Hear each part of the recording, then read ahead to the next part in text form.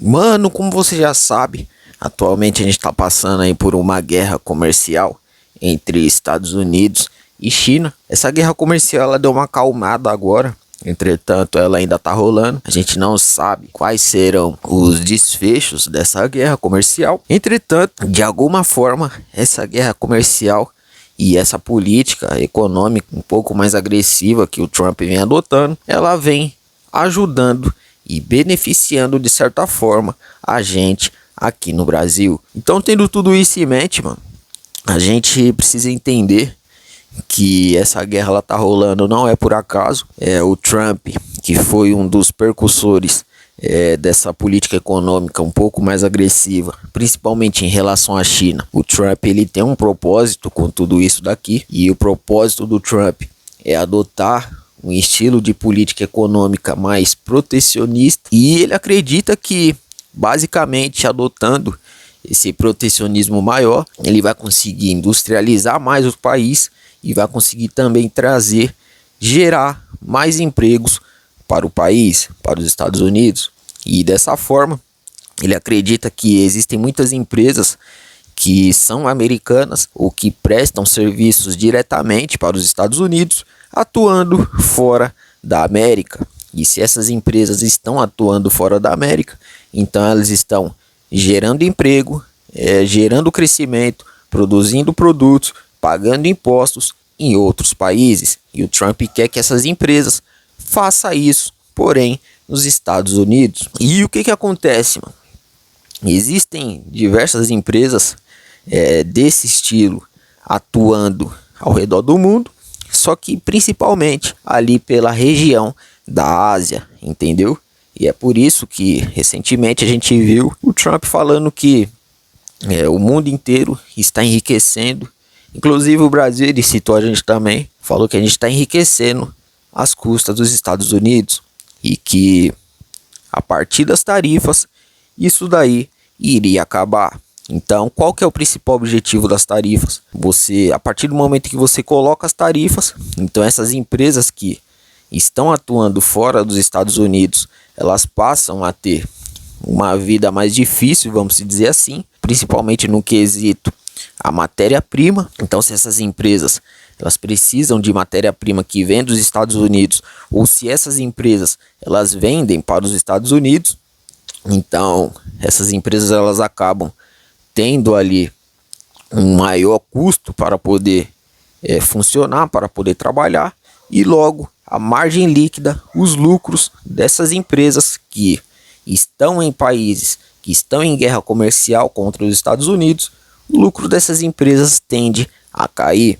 Da mesma forma que os governos e os países que foram taxados, eles tenderão a arrecadar menos dinheiro, entendeu? E é por isso até que esses países que foram taxados pelos Estados Unidos, eles tendem a migrar para outros países, migrar as negociações para outros países e começar a comprar de outros países dos quais eles não possuem guerra tarifária. E citando o próprio exemplo aí da China e do Brasil, esse inclusive é um dos pontos que beneficia a gente, o setor de carne brasileiro, entendeu?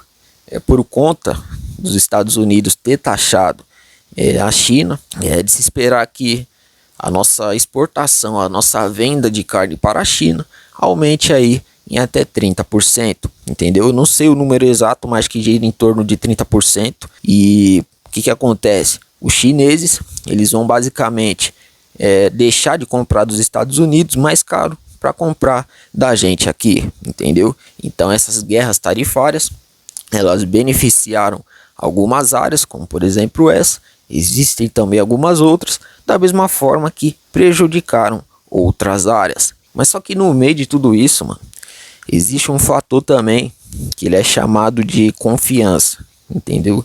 A forma como o Trump ele fez essa política econômica externa, ela foi tocada aí pelo Navarro, que era uma ala ali mais ideológica do Trump. O cara é mais firme, entendeu? É mais agressivo. E o Navarro ele tocou isso daí e tocou foda-se, entendeu? Foi pra cima mesmo da China e não tá nem aí.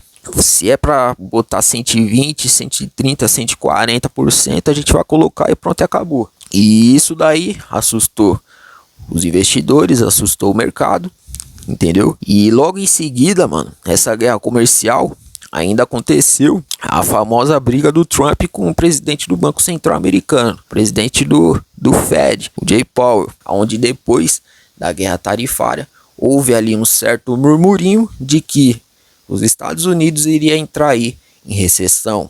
Inclusive o PIB deles veio abaixo do esperado. O FMI estava esperando ali algo em torno de 2,2% de crescimento. E os últimos dados vieram cerca de 1,8%, entendeu? Então eles tiveram ali uma regressão no crescimento do PIB. E isso daí se deu muito por conta das importações que foram maior do que as exportações, né? Eles tiveram ali um déficit na balança comercial. E a partir do momento que você tem um déficit na balança comercial, então o seu PIB ele tende a crescer menos. E observando tudo isso aí, mano, o Trump, para tentar minimizar um pouco os efeitos danosos da guerra tarifária na economia, ele basicamente pediu para o presidente do Banco Central cortar juros.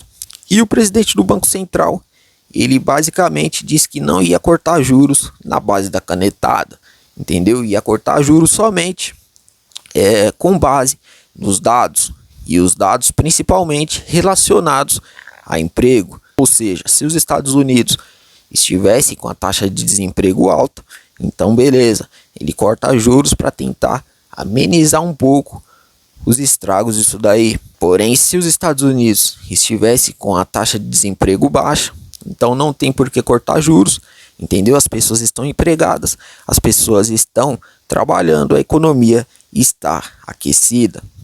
E o Trump, ele não aceitou isso daí e meio que prometeu, ameaçou demitir o presidente do Banco Central, entendeu? Dizendo que ele estava sabotando a gestão econômica dele e tal. E, mano, isso daí assustou mais ainda os mercados, entendeu? Basicamente porque os investidores internacionais, eles acreditam que os Estados Unidos é uma democracia pujante que possui autonomia em todas as suas instituições, entendeu? E principalmente o Banco Central, que é conhecido por ser uma das instituições mais autônomas do mundo. E a partir do momento em que os caras viu essa tentativa de interferência nos juros, então o mercado ficou assustado. É igual a gente viu agora acontecendo recentemente lá na Colômbia, onde o Petro, ele exigiu que o presidente do Banco Central colombiano cortasse juros, mesmo com a inflação estourando, mesmo com a inflação e o câmbio estourando, entendeu? Então isso daí é muito mal visto pelos mercados, quando um presidente faz isso, entendeu? Tenta pressionar o Banco Central dessa forma, isso daí é mal visto pelos mercados, pelos investidores, mundo afora. E tendo isso em mente, como isso aconteceu nos Estados Unidos também, o dólar ele perdeu força, entendeu? O dólar ele perdeu ali um pouco de credibilidade. E a partir do momento em que o dólar começa a perder essa credibilidade, então o dólar ele começa a sofrer uma rotação, ou seja, os investidores internacionais que têm dinheiro nos Estados Unidos, eles passam a pensar: pô, será que vale a pena eu deixar todo ou grande parte do meu dinheiro aqui nos Estados Unidos? Agora que está acontecendo tudo isso, não sei se vale a pena, vou diversificar um pouco mais, entendeu?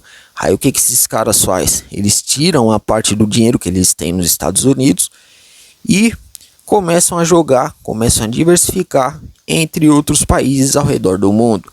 E quando os caras olham para outros países ao redor do mundo, então eles enxergam basicamente os países emergentes, que possuem inclusive taxa de juros no topo. E quando a gente fala de emergente com taxa de juros no topo, quem é o top tier da lista? Brasil, isso mesmo, entendeu? A gente tá com a taxa de juros aí de 14,75%. E o investidor que quer fazer essa diversificação enxerga o Brasil como um dos países ideais para ele fazer isso daí, dentre os emergentes. E isso daí culminou em que a gente acabou recebendo uma enxurrada de dólar recentemente, a nossa bolsa de valores, e isso daí ajudou ela guinar um pouco para cima. A gente inclusive falou um pouco disso nos vídeos anteriores. E da mesma forma, a gente recebeu também investidores em busca dos juros de 14,75% que a gente está pagando aqui no Brasil. E isso daí é até algo que dificulta a nossa vida. A gente tem uma dívida aí de 80% do nosso PIB, e essa dívida aí sendo paga 14,75% é algo que dificulta as contas públicas do Brasil. Entretanto, no curto prazo, isso daí atrai investidores internacionais, e a partir do momento que esses caras entram aqui, eles trazem dólar. E esse é um dos motivos, inclusive, que fez com que o dólar recentemente, nos últimos dias, tivesse essa queda, entendeu? Então você não percebeu aí que o dólar ele bateu ali 5,60, quase 5,50 nos últimos dias? Então, foi muito por conta dessa enxurrada de dólar que a gente recebeu, por conta de todos esses fatores que nós conversamos até aqui, entendeu? E o que que acontece, mano? A gente acabou sendo beneficiado com essa enxurrada de dólar, porque isso daí ajudou o nosso câmbio, fez o nosso dólar ali cair para casa dos 5,60.